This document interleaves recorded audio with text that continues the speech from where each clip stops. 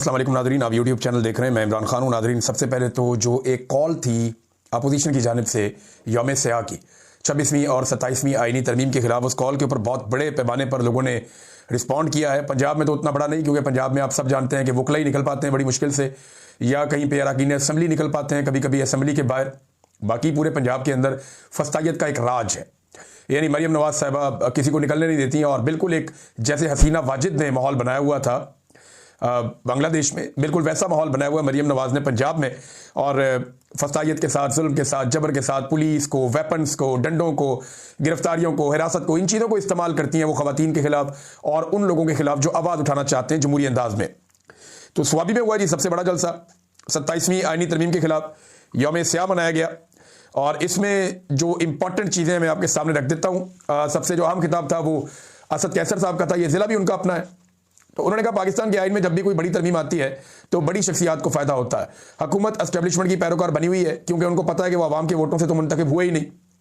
IMF की report में बताया गया कि इस वक्त पाकिस्तान का इंतजामी ढांचा बदतरीन हालत में है। हमारी हुकूमत ने अफगानिस्तान के साथ दो तरफा तजारत थी, अब 40 दिन से बंद है। हम जंग नहीं, अमन और रोजगार चाहते हैं। यौम स्याह का मकसद यह है कि पाकिस्तान मुकम्मल तौर पर बादशाहत की तरफ चला गया है। असेंबली में अपोजिशन रहनुमाओं की तकारीर को सेंसर किया जा रहा है। हमने सोचा पीपल्स पार्टी में भुट्टो के जरासीम अभी तक बाकी होंगे, वो इसकी मुखालफत करेंगे, लेकिन वो भी इसके सामने लेट गए। हारा हुआ नवाज शरीफ हुकूमत में बैठकर कानून तब्दील कर रहा है। इमरान खान की रिहाई कोई मुश्किल नहीं, लेकिन हम खान के लिए इंसाफ चाहते हैं। ये मुल्क बनाना रिपब्लिक बना हुआ है, अदालतों के बाद इख्तियारात ही नहीं है। इस वक्त मुल्क में अमलन डंडे की हुकूमत है। मैं जजेस से कहता हूं कि आप इंसाफ के लिए खड़े हो, आप कानून और आइन की बालादस्ती के लिए खड़े हो, हम आपके साथ हैं। आप इंसाफ के लिए खड़े हो। जिन जजेस ने इस्तीफा दिया, हम इनको खराज तहसीन पेश करते हैं। जितनी भी कानून साजी उन्होंने की है, हम सबको खत्म करेंगे। मीडिया पर पाबंदी की तमाम कानून साजी को भी हम खत्म करेंगे। ये जनाब PTI के और तहरीक तहफ़्फ़ुज़ आईन पाकिस्तान के एक तरह से मुतालबात और उनका आज़म मैंने आपके सामने रखा। इमरान खान साहब की बहनों पे टॉर्चर के हवाले से भी बहुत बड़े पैमाने पर एहतजाज हुए, और 26वीं 27वीं तरमीम के खिलाफ और इमरान खान की बहनों के ऊपर होने वाले टॉर्चर के खिलाफ। आज जुम्मे के रोज़ जो है वो ज़िला खैबर में इकबाल अफरीदी, अब्दुल गनी अफरीदी ने बहुत बड़ी तादाद में अवाम के साथ मिलकर एक मुजाहरा किया। उसके अलावा जो है वो लाल किला में, फिर पेशावर सूरी पुल पे, फिर सक्खर में वकला ने एक बड़ा एहतजाज किया। मालाकंड में एक बड़ा इज्तिमा हुआ है, और तख्त बाई में भी एक बहुत बड़ा इज्तिमा देखने में आया। तो ये सारे लोग इकट्ठे हुए, लगभग 1 दर्जन के करीब अभी तक जगह जो मैंने देखी है वहां पे ये एहतजाज हुआ है 26वीं और 27वीं तरमीम के खिलाफ। और साथ में ये भी एहतजाज किया गया कि इमरान खान साहब की बहनों के ऊपर जो बदतरीन तशद्दुद किया गया वो किसी तरह भी मुनासिब नहीं है। अच्छा, हुकूमत जो है वो इसके ऊपर अजीबोगरीब लेतोलाल से काम ले रही है। हुकूमती लोगों ने जब पूछा कि इमरान खान की बहनों पर तशद्दुद, वो मानते ही नहीं है। अच्छा, कई हमारे सहाफ़ी भी ऐसे बेशर्म है, वो भी ये कहते हैं कोई टॉर्चर नहीं हुआ। भाई वो सारी दुनिया देख रही है, और उनकी हालत देखें। इससे पहले कई दफ़ा वो बहनें वहां पे आई है, कई दफ़ा उन्हें गिरफ्तार किया गया, कई दफ़ा उन्हें पकड़ के गाड़ियों में डाला गया, कई दफ़ा उन्हें ले जाके बहुत दूर दूर छोड़कर आ गए। ये सारा कुछ उन्होंने बर्दाश्त किया है ना। कई मरतबा उन्होंने आंसू गैस बर्दाश्त की, बहुत दफ़ा धक्कम पेल भी हुई, वो भी उन्होंने बर्दाश्त की। उनके ऊपर अंडे फेंके गए, वो भी उन्होंने बर्दाश्त किया। लेकिन उन्होंने कभी तशद्दुद की शिकायत तो नहीं की। अगर पहली मरतबा उन्होंने तशद्दुद की शिकायत की है, और उसकी वीडियो बाकायदा मौजूद है कि वहां पे लोग बैठ के जिस तरीके से उनके हाथ मल रहे हैं। ये जो इमरान खान की बहन है नौरीन खानम, इनके हाथ पे चोट भी लगी हुई थी माजी में, और एक फ्रैक्चर था गालिबन, और वही उनकी चोट जो है वो दोबारा दुखी है। उनको बालों से पकड़ के घसीटा जा रहा है सड़क के ऊपर। किसी को कहने में अच्छा तो नहीं लगता। अब वो खुद अपने मुंह से बता रही है विक्टिम कि हमें इस तरीके से टॉर्चर किया गया।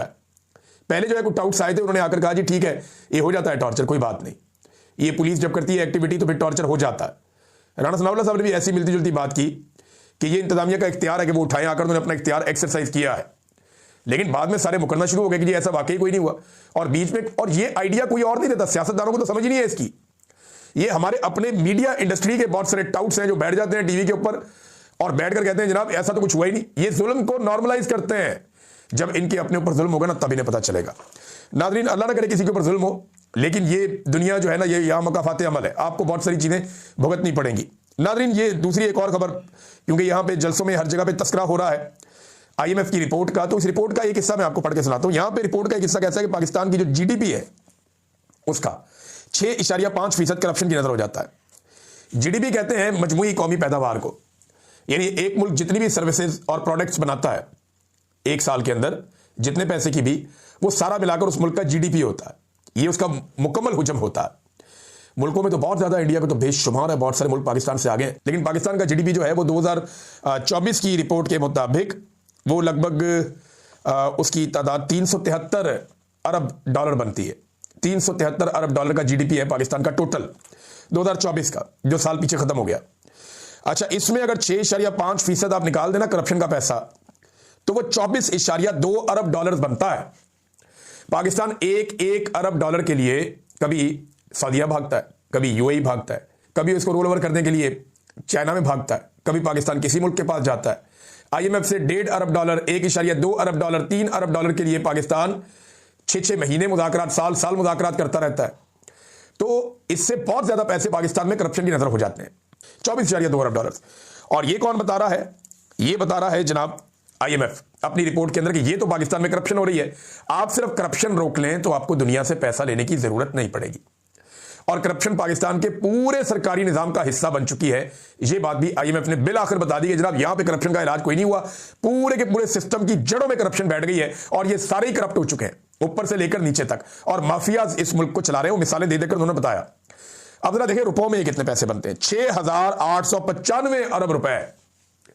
1 अरब रुपया पता कितना ज्यादा होता है? 100 करोड़ रुपए का 1 अरब होता है। 6,895 अरब रुपए की करप्शन होती है पाकिस्तान में एक साल में। जीडीपी बढ़ेगा, ये करप्शन भी बढ़ेगी। तो नाज़रीन, अगर ऐसे ही पाकिस्तान में करप्शन चलती रही तो फिर पाकिस्तान का हल तो कोई नहीं है।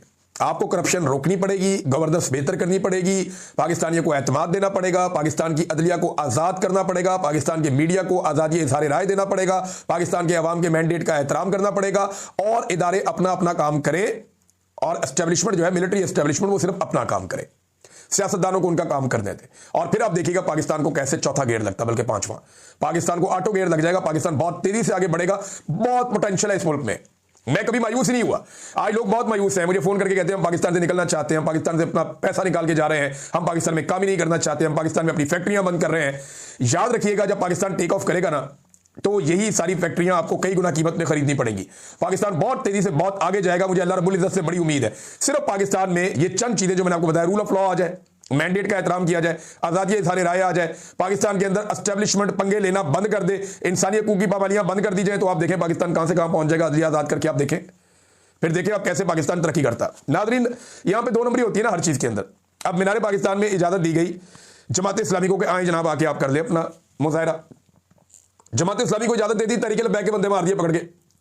चंद किलोमीटर दूर यहां से, यानी 20-25 किलोमीटर दूर होगा वो रास्ता मुरीद के, वहां पे तरीके लब्बैक के बंदे मार दिए, वहां लाशें गिरा दी अमेरिका और इसराइल को दिखाने के लिए। और यहां मीनार पाकिस्तान में जमात इस्लामी को इजाजत दे रहे हैं। और उधर मुल्तान के अंदर सेनेटर मुश्ताक बाकायदा बताकर जा रहे हैं, सबको बताया कि उन्होंने वहां पे कॉन्फ्रेंस करनी है, सिर्फ गजा कॉन्फ्रेंस, लेकिन उनके ऊपर छापे मारे जा रहे हैं। उनकी थोड़ी थोड़ी देर बाद वीडियो आ रही थी गाड़ी में से कि जी मेरी गाड़ी को घेर लिया है, यहां पुलिस चारों तरफ फैल गई है, यहां पे जनाब हर तरफ कर्फ्यू लगा दिया है, यहां पे हमें बात ही नहीं करने दी जा रही। फिर एक मस्जिद के अंदर उन्होंने जाके बातचीत की और वहां लोगों को बताया, बहुत बड़ी तादाद में लोग वहां पे मौजूद थे। लेकिन मुझे हैरत होती है कि ये हुकूमत चाहती क्या है और ये मामलात को लेकर किस तरफ जा रही है। ये पाकिस्तान तहरीक इंसाफ ने लिखा, जो पोस्टर इन्होंने जारी किया उसमें लिखा है, इमरान खान की उम्मत मुस्लिमा के लिए इज्जत और वकार के लिए बेमिसाल जिद्दोजहद, और उसके मुकाबले में आमराना हुकूमत का उम्मत मुस्लिमा के सीने में खंजर। यहां पे इमरान खान का अकेले का फोटो है, दूसरी तरफ आसिफ मुनीर का बड़ा फोटो, उनके साथ आसिफ जरदारी, शहबाज शरीफ, मरियम नवाज और बिलावल का फोटो है। नवाज शरीफ का फोटो भी होना चाहिए था, ज्यादती की उनके साथ। मियां साहब ने बड़ी मेहनत की है सारे काम में। बहरहाल इसमें जनाब उन्होंने लिखा कि इमरान खान ने मुस्लिम ममालिक, यानी मुस्लिम ममालिक यूनाइटेड नेशन में इस्लामोफोबिया के खिलाफ करारदाद मंजूर होने पर इमरान खान के मशकूर 16 मार्च 2022, यानी मुसलमान ममालिक इमरान खान के शुक्रिया अदा कर रहे हैं कि आपने इस्लामोफोबिया के खिलाफ करारदाद मंजूर करवाई और एक दिन भी रखा गया। जबकि अल अरेबिया की खबर यह आ रही है 18 नवंबर 2025 की, वो खबर यह कहती है कि सलामती काउंसिल में ट्रंप के गजा मंसूबे के हक में करारदाद मंजूर, पाकिस्तान की हमायत, यहूदी लॉबी कौन है, फैसला अवाम की अदालत में। ये जनाब पाकिस्तान तहरीक इंसाफ ने एक पोस्टर बनाया। अब इस तरह के पोस्टर बनाएंगे तो चीजें मजीद क्लियर होती जाएंगी, अवाम को वैसे ही आइडिया है कौन कहां खड़ा है। इससे पहले इमरान खान के दौर में कभी भी इसराइल के खिलाफ बात करना पाकिस्तान के अंदर कोई जुर्म नहीं था, फलस्तीन के हक में मुजाहरा करना पाकिस्तान के अंदर कोई जुर्म नहीं था। लेकिन जब से आसिम मुनीर साहब की हुकूमत आई तब से लेकर अब तक ये सिलसिला जो है वो वन साइडेड चल रहा है। अच्छा, आपको हैरत होगी, मैं ये क्यों कहता हूं कि शहबाज शरीफ की हुकूमत आई, आसिम मुनीर की क्यों कहता हूं? देखिए, शहबाज शरीफ की हुकूमत है ही नहीं। ये इमरान खान और जनरल बाजवा जब इक्तदार में थे तो इसी बात की लड़ाई थी कि इक्तदार इमरान खान का है या जनरल बाजवा का है, और यही लड़ाई जो है वो हुकूमत के खात्मे का सबब बन गई। तो इमरान खान इक्तदार को अपने हाथ में रखने की कोशिश करता था और वो फैसले अपने हाथ में रखने की कोशिश करता था, जो बात मिलिट्री एस्टेब्लिशमेंट को पसंद नहीं आई और फिर ये अल्टीमेटली लड़ाई हो गई। लेकिन यहां पे तो कोई लड़ाई है ही नहीं, शहबाज शरीफ बिल्कुल इक्तदार अपने हाथ में नहीं रखना चाहता, इक्तदार सारा का सारा आसिम मुनीर साहब के पास है। और नाज़रीन, 2 नंबरी पाकिस्तान में क्या हो रही है, ये जरा आप दोहरा मेयार चेक करें कि जो सुहेल अफरीदी है उसको नोटिस भिजवा दिया कि जनाब आ जाए, आपने तकरीर क्यों की है। हालांकि वो हल्के में भी नहीं गया, हल्के के बाहर था जहां पे ज़िमनी इलेक्शन हो रहा है, और उसने सिर्फ वार्न किया कि कोई धांधली नहीं करेगा, कोई 2 नंबरी नहीं करेगा इंतजामिया में।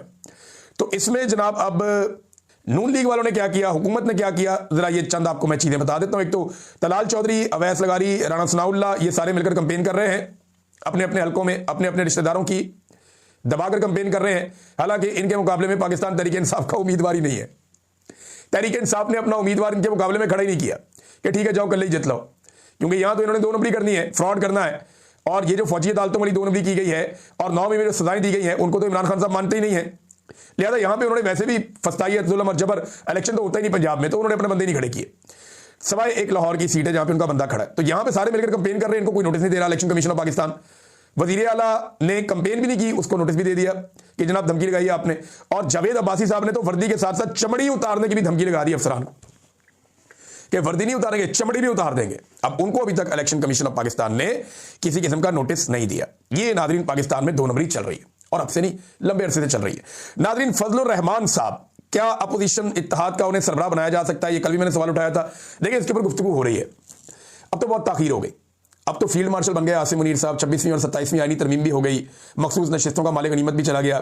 तो फजलुर रहमान साहब को अब अगर बनाया भी गया तो उसका क्या फायदा, वैसे भी वो एस्टेब्लिशमेंट के बहुत करीबी है।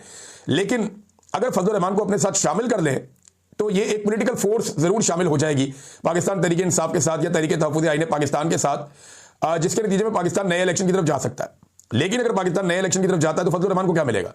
फजलुर रहमान साहब को जितनी सीटें पहले मिली हैं इतनी भी नहीं मिलेगी, जो मेरा अंदाजा है। फजलुर रहमान साहब को उसके लिए अपने आप को मजबूत करना पड़ेगा, मजबूती से खड़ा करना पड़ेगा, अपना सियासी कद बड़ा करना पड़ेगा। जो उन्होंने बहुत ज्यादा नुकसान अपने आप को सियासी नुक्ता नजर से पहुंचाया, उनको अपने आप को ठीक करना पड़ेगा। और क्या वो कर पाएंगे इस अपोजिशन इत्तेहाद में आकर? अगर वो मेहनत करते हैं और सच्चे दिल से अवामी राय के लिए निकलते हैं और जिद्दोजहद करते हैं 26वीं 27वीं आईनी तरमीम के खिलाफ, तो फिर शायद फजलुर रहमान साहब की बात बने, अदरवाइज मुश्किल है। ख्वाजा आसिफ साहब का मैं एक इंटरव्यू सुन रहा था, मंसूर अली खान साहब ये इंटरव्यू ले रहे थे। मैंने इसके इंटरव्यू तो पूरा नहीं सुना, मैंने इसके कुछ क्लिप सुने हैं।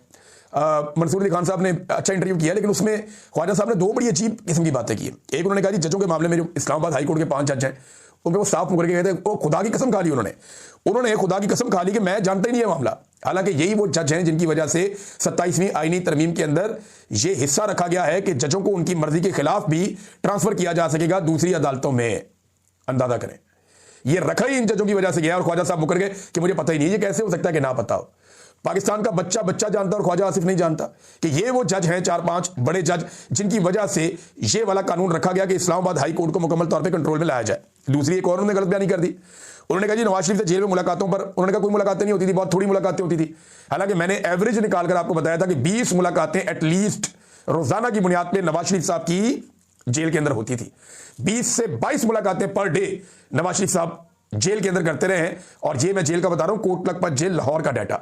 और जिस तरह के खाने घर से जाते थे, जिस तरह घर वाले जाते थे, जिस तरह मुलाजिम जाते थे, जिस तरह फिजियोथेरेपिस्ट जाते थे, जिस तरीके से बाहर से डॉक्टर अंदर जाते थे और उनके साथ सारा सारा दिन गुजारते थे, वो तो माहौल ही और था। जो सहाफी जाकर मिलते थे उनसे पूछे ना, 15-15, 18-18 सहाफियों का गोल मेज कॉन्फ्रेंस होता था और पूरी पॉलिटिकल बातचीत होती थी। जबकि ख्वाजा आसिफ कह रहे हैं कि नवाज शरीफ साहब से तो हम सियासी बातचीत नहीं करते थे। तो और मियाँ साहब के साथ आप वहां लूडो खेलने जाते थे, या मियाँ साहब के साथ आप वहां कोई फड़न फड़ाई खेलने जाते थे, छुपन छुपाई खेलने जाते थे? भाई मियाँ साहब ने आपके साथ बैठ के पॉलिटिकल बातचीत ही करनी है। 3 दफा का पाकिस्तान का वजीर आजम है, उसने वहां पे बैठ के आपको लतीफे तो नहीं सुनाने ख्वाजा साहब। तो ये और अगर उन्होंने सियासी बात नहीं करनी तो फिर तौबा, ऐसा लीडर कौम को नहीं चाहिए जो 3 दफा वजीर आजम भी रहा हो और जब जेल में बंद हो तो वो लोगों को बुला के इधर उधर की बातें करे या मूड अच्छा करने के लिए बातें करे और वो कोई सियासी बात ना करे। फिर तो उसके जेल काटने का भी फायदा कोई नहीं है, फिर तो जेल से भाग जाना, वो जिस तरह मियाँ साहब निकल कर गए वही फिर उनका दुरुस्त फैसला था। नादरीन, एक और चीज है और ये बड़ी अजीब चीज है, मैं ज्यादा ज्यादा आपके साथ शेयर करूं। भारत को ना थोड़ा इसके बारे में सोचना पड़ेगा। भारत का एक और तैयारा गिर गया और अब जो भारत का तैयारा गिरा है ये एयर शो के दौरान गिरा, जो दुबई एयर शो होता है, बहुत बड़ा एयर शो होता है, उसमें भारतीय जंगी तैयारा एक गिर के जो है वो तबाह हो गया। और ये तेजस तैयारा है भारत का, अच्छा तैयारा, इतना बुरा नहीं है, लेकिन उनका पायलट भी हलाक हो गया भारत का और आलमी सतह पे भारत को फिर रुसवाई का सामना करना पड़ा। दुनिया भर के पायलट बताते हैं तैयारे ऐसे उड़ते हैं, इंडियन पायलट बता रहे हैं काफी अरसे से तैयारे ऐसे गिरते हैं।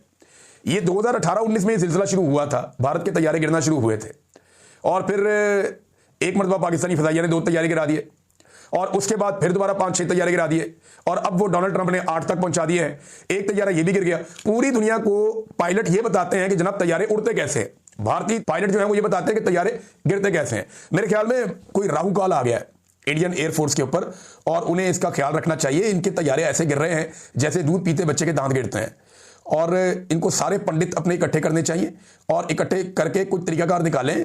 कोई वहां पे कोई कुछ चीज़ करें उनकी, जो भी उनके मजहब में है, कोई रोला रप्पा डालें, कुछ थोड़ा सा कोई सदका दें, जैसे पाकिस्तान में हम मुसलमान तो ऐसे बोलते हैं, तो कुछ करें। वो उनका बहुत बुरा वक्त आया हुआ है इंडियन एयरफोर्स का, बेड़े ही गर्क हो गया उनका, और एक के बाद एक तैयारा उनका गिर रहा है। तो ये कोई नया वर्ल्ड रिकॉर्ड बन जाए, इससे पहले अपने सारे पंडित इकट्ठे करो, और तो कोई हल इसमें बचा नहीं है। या फिर अभिनंदन को पकड़ के उसको कोई उसकी बलि चली दे दे।